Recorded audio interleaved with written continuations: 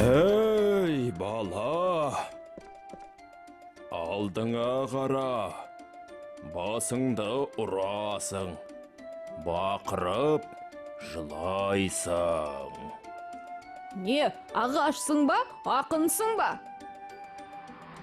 Алдымен үлкенге сәлем беруді ұмытпа. Сен үлкенсің бе?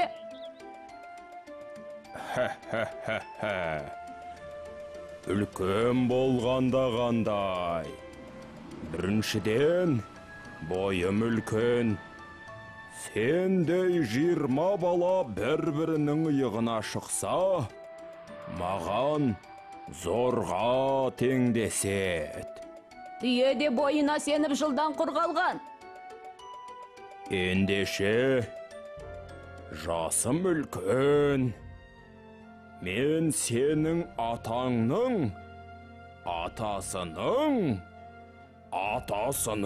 құрдасымын. 300 жыл жасаған еменмін. Онда кешіріңіз, сәлем бердік, ағаш ата. Сәлеміңді алдым, балам. Өркенің өссін. Қайда жол тарттың? Достар іздеп барам, ата.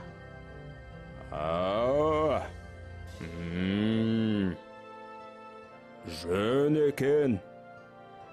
Досы көпті жау алмайды.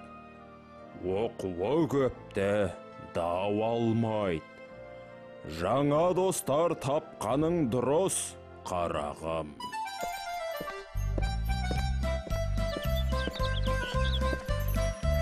Қашқынбек, сен қазір сабаққа дайындалмайсың ба?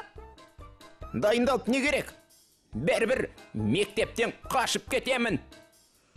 Қашқынбек, қанша рет қаштың кеп, 2 деген бағаны дорбаңа бастың кеп. Кетшей, ақ дейін, сен де аяққа оратылмай.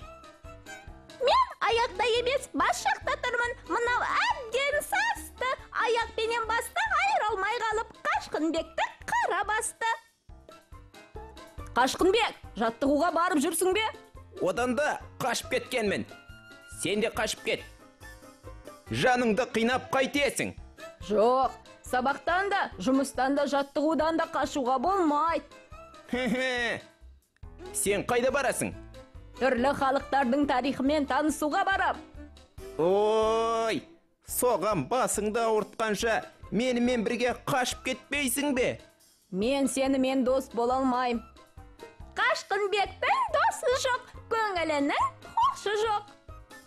Мен саған кет дедім ғой, аяққа оратылмай.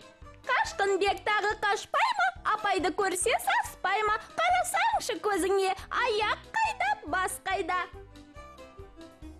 Жылайын десе жасы жоқ, ұрайын десе тасы жоқ. Таза жерден тас іздеп, Қашқынбектің басы жоқ.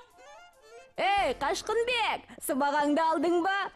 Ақ тиынға мазақ болмай сабақта отырғаның дұрыс еді.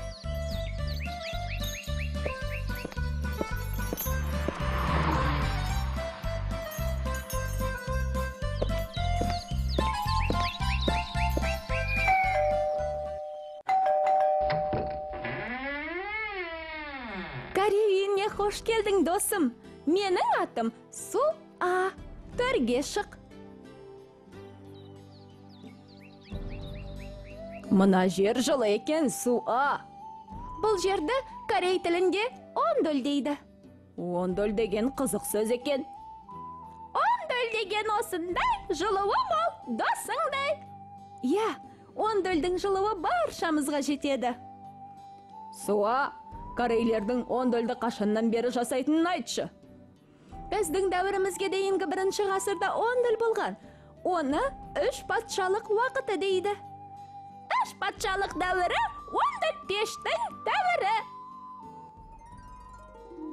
Корей халқының атамекені қиыр шығыста болған. Бұл жақтың қысы кәдімгідей суық. Сондықтан корейлер де өздерінің тұрғын үйлерін жылы ұстауға тырысқан.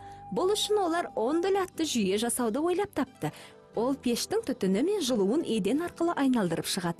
Демек, ыстық ауа бірден далаға ұшып кетпей, бөлменің астыңғы жағын аралайды. Соның арқасында үйдің едені түгел жылтылады. Ондөл табанды қыздырып қоймайды. Ертеде корейлер осы жылы еденде ұйықтайтын болған. Осылайша, оның қызуы бүкіл отбасымен қонақтарға жетеді. Суа, сіздердің корейлер табиғатынан жылуды сақтай білген халық екен. Табиғаттың жылуын сақтаумен бірге ұлттық ойындарын ұмытпаған. Оны кімдер ойнайды? Үлкендер де, балалар да ойнай береді. Ойнайсың, ойнайсың, ойынға бір тоймайсың. Бізде бұл тақпақты басқаша айтады. Қалай айтады, Суа? Ойнайсың, ойнайсың, ойнайсың да ойлайсың. Ойнайсың, ойнайсың, ойнайсың да ойлайсың. Бір ойынды көруге бола ма? Көруге де, тіпті ойнауға да болады. Ол ойынның аты ют. Ют ойыны үшін тақта жасалады. Сол сияқты шеберлер ағаштың бұтағынан ойып дойбының тастарын жасайды. Ағаш тақтаның беті жақсылап тегістелген соң, оған 4 бағыттағы шаршылар боялады. Бұл ойынды бірнеше бала ойнау керек. Әр ойыншыда 4 дойбы тасы болады. Ойыншылар кезекпен өздерінің қолындағы 4 тасты үйіреді. Үйіріліп түскендердің бірі ғана тас жалпақ жағымен тұрса, ол торай аталып, бір жүріс жасайды. 2 тас жалпақ түссе, ол ит 2 жүріс жасайды. 3-еуі солай түссе, піл аталып, 3 жүріс жасайды. 4-еуі бірдей жалпағымен жоғары қараса, бұл сиыр 5 қатарға жүріс алады. Егер еш қайсысы жалпақ жағымен емес, бәрі дөңгелек қырымен тұрса, онда жылқы дейді. Жылқы 4 рет жүреді. Осылайша әркім өз кезегімен жүріс жасап отырады. Ақырында әрбір үйірген сайын ең көп жүрген ойыншы межеге басқалардан бұрын жетіп, сол ұтады. Сенің қарның ашқан шығар? Жоқ, Суа, аш емеспін. Бәрібір, корейлер де қазақ сияқты қонақ жай халық. Сен міндетті түрде ұлттық тағамнан ауыз тиесің. Тамақ берсе жейсің, рахмет сізге дейсің. Иә, қазақтар да дәмнен үлкен еместің демей ме?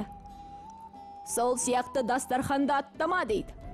Дастарханды аттама, салт дәстүрді таптама, барлық асты ішіп ал, рахмет айтып мақтада. Қарным ашпаса да ұлттық тағамның қалай жасалатынын білгім келеді. Корей дастарханы көкөністерге, теңізден ауланатын өнімдерге, құс пен мал еттеріне өте бай. Оның бәрін арнайы тұздықтармен ұсынады. Барлық тамақты еске сақтау қиын. Маған ең дәмдісін түсіндірші. Бәрі де дәмді ғой. Жарайды. Куксуды қалай жасайтынын айтып берейін. Куксу үшін күріш ұнын жақсылап илейді. Иленген қамырды қажетінше жайып, одан ұзынша жұмыр етіп кеспе жасайды. Оны 10 минут қайнатады. Піскен кеспені езіліп кетпей тұрғанда сүзгімен қазаннан сүзіп алады. Дереу суық сумен шайқайды. Сүзгішпен суын құрғатады. Осы кезде келесі табада ұзыншақ туралған ет пен пиязды майға қуырады. Оған бұрыш, жуа қосып, соя тұздығына бұқтырады. Соя тұздығын корейлер үнемі пайдаланады. Бұдан кейін бірнеше жұмыртқаны ыстық май құйып араластырып, оны шелпек етіп табаға пісіреді. Осы шелпекті де ұзыншақ етіп кеседі. Жуылған шалқан мен орам жапырақты ұзыншақтап турайды. Манағы күріш кеспенің үстіне осы шалқан мен орам жапырақ салаты салынады.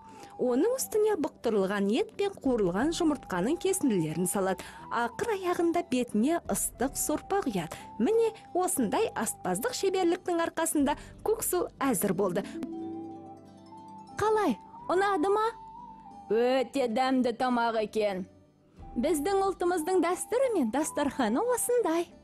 Дастарханым мол екен, түрлі дәмге толы екен. Корей үйі біздегі нағыз достық жол екен. Бәрі көңілімнен шықты, Суа. Корей ұлтымен толық таныстым. Тағы да келіп тұр, екеуміз дос болдық қой. Енді хабарласып тұрам. Сау бол, Суа.